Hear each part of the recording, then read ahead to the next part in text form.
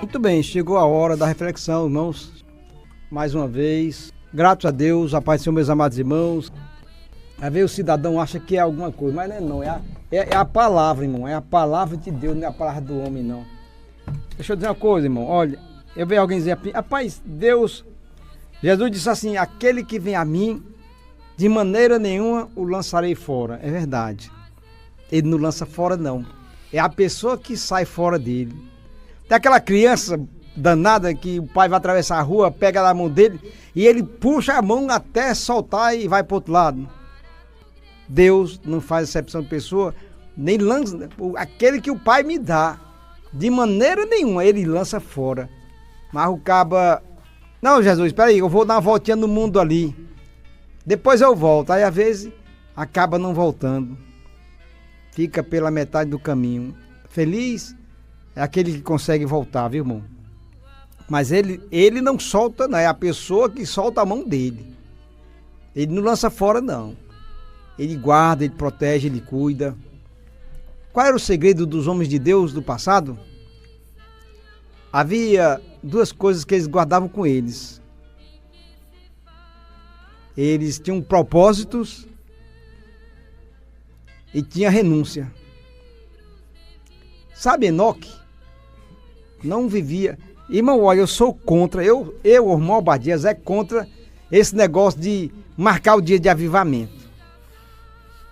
Avivamento programado pelo homem não passa de movimento. Porque eu posso ter uma vida avivada. Depende de mim, não é de Deus. Não depende de movimento. Se cada crente fosse avivado, o ímpio se convertia. Porque esse negócio de avivamento só na igreja não presta, não.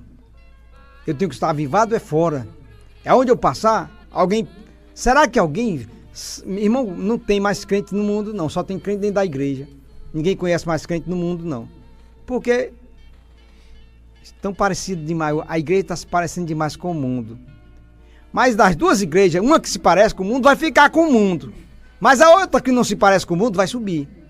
Jesus vem buscar uma igreja diferente, separada, diferenciada do mundo. Enoque foi trasladado porque agradou a Deus. Havia um propósito desse homem. Consagração não é em templos, é uma vida. Você consagra os olhos sem estar dentro da igreja. Você consagra a mente sem estar dentro da igreja. Porque parece que a gente entende que consagração só é dentro da igreja, só é aquele movimento. Avivamento, o programa o dia que Deus vai fazer milagre. Campanha de milagre, campanha disso, daquilo. E ai de Deus se não fizer o milagre, viu? E ai se Deus não avivar. Se nós criássemos vergonha, cada um de nós tomasse uma atitude diferente de propósito. Daniel propôs no seu coração, olha, irmão, foi um propósito. Ah, Deus vai, não. Foi um propósito. Se cada crente colocar um propósito na vida, de consagrar a sua vida, de ser fiel, de andar em santidade, porque é uma das regras que Deus requer de nós. Buscar a paz com todos. Com todos. Se bem que Paulo diz, se possível, tem de paz com todos. Porque é o momento, irmão, que você quer ter paz, mas a pessoa não quer. Buscar a paz com todos. E a santificação, essa tá em escassez, irmão. Vamos procurar a santificação para podermos chegar até Ele. Porque de qualquer jeito, você vai de qualquer jeito na igreja, mas na presença de Deus não. Estar na igreja é uma coisa, estar na presença de Deus não significa estar na igreja. Porque na presença de Deus a gente fica em qualquer lugar. Propósito. E não se contaminar com os manjares do rei. Então se cada crente se colocar um propósito na vida, de não se contaminar com os manjares do mundo, com o que o mundo oferece. A gente nunca assuma o nosso erro. Ah, o celular é a pior arma. Não, é você. Você que direciona seus olhos àquilo que não presta. O celular desligado não faz mal a ninguém.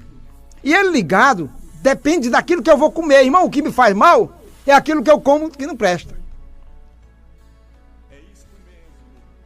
Adão tinha todo tipo de comida para comer. Foi comer logo a maçã, que não podia.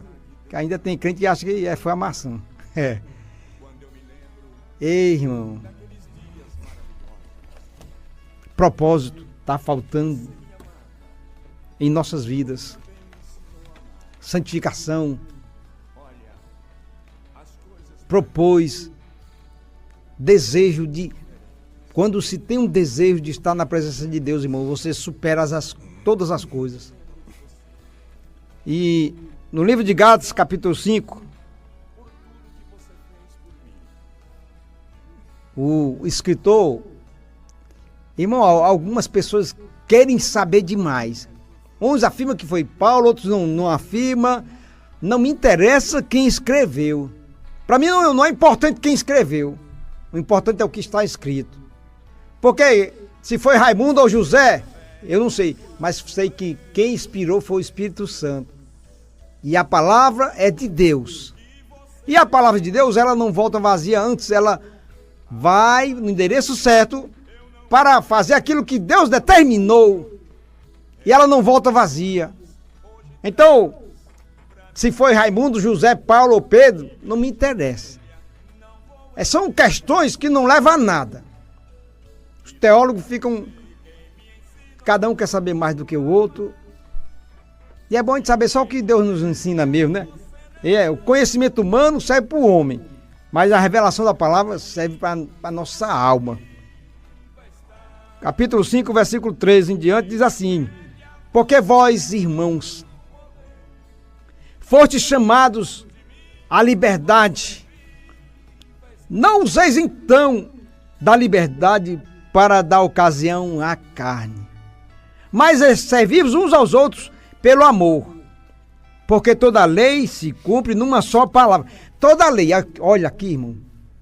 Toda lei. Parece que Paulo gostava muito de falar sobre lei, né? Mas toda lei se cumpre numa só palavra. Nesta, amarás ao teu próximo como a ti mesmo. E Jesus diz, 2 mandamentos cumpre todo. Amar ao Senhor teu Deus sobre todas as coisas. Não é sobre algumas coisas. Porque quem ama a Deus sobre todas as coisas, ele fica firme. Haja o que houver. Que o mundo caia aos seus pés, do lado, atrás, na frente, à esquerda, à direita, ele está firme na rocha. Amar o Senhor teu Deus de toda a tua força, de toda a tua alma. E ao próximo como a ti mesmo. E aqui ele está falando que porque toda lei se cumpre numa só palavra. Amarás o teu próximo como a ti mesmo. Se vós, porém, se vocês se degradiam, se vós mordeis e devorais uns aos outros, vede não vos consumais também uns aos outros. Digo, porém, andai em espírito e não cumprireis a concupiscência da carne. E aí ele fala das concupiscências da carne, do espírito aqui, mas o fruto do espírito é amor e tal. Aí no 24, 25 assim, e os que são de Cristo crucificaram a carne com as suas paixões e concupiscência. Se vivemos no espírito, andemos também no espírito. Porque vós, irmãos, fostes chamados. Aí, ó. Aqui chamado a liberdade, a salvação. Separado é uma coisa, chamado é outra. E aí, irmão, você foi chamado. Foi. Fomos chamados à salvação.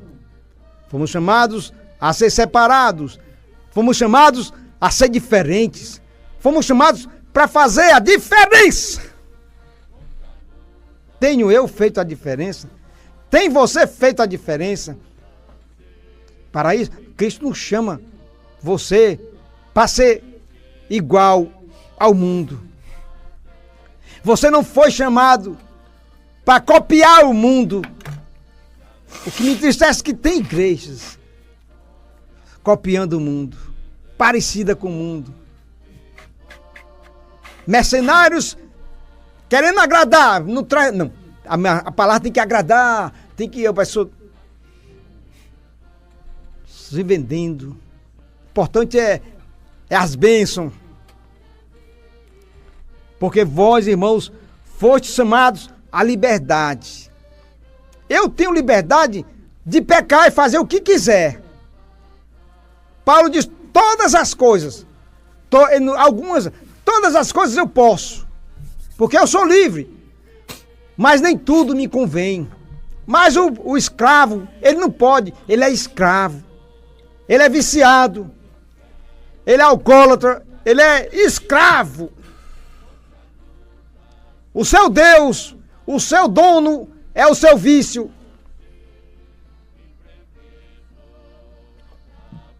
Que tal a igreja botar o carnaval dos crentes agora, o arraial dos crentes agora? Misericórdia, irmãos. Nós fomos chamados à liberdade. Não usa a tua liberdade para fazer o que tu quer. Embora Paulo disse que eu posso, mas nem tudo me convém.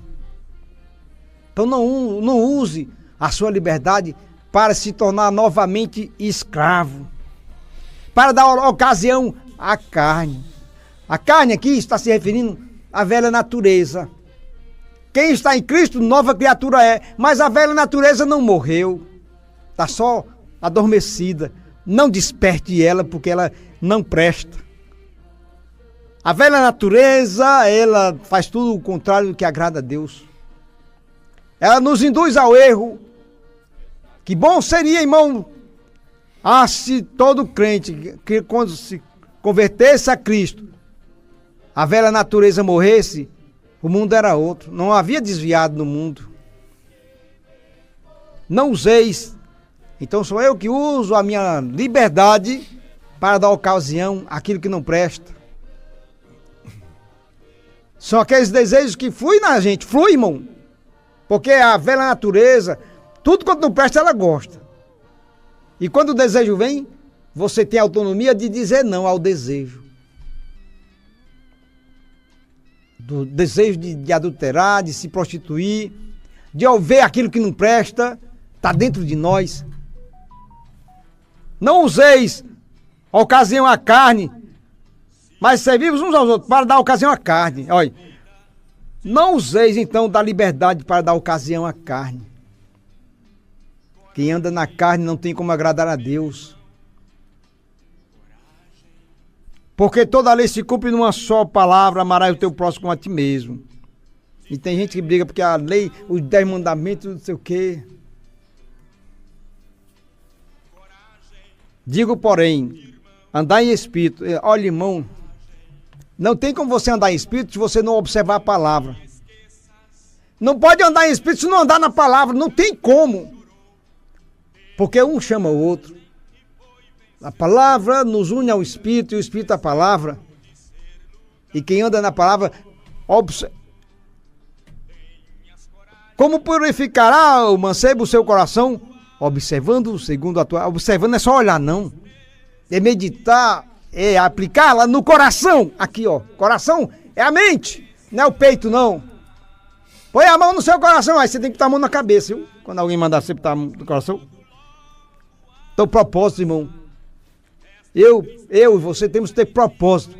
Vou buscar de todas as formas a agradar o meu Deus. Haja o que houver.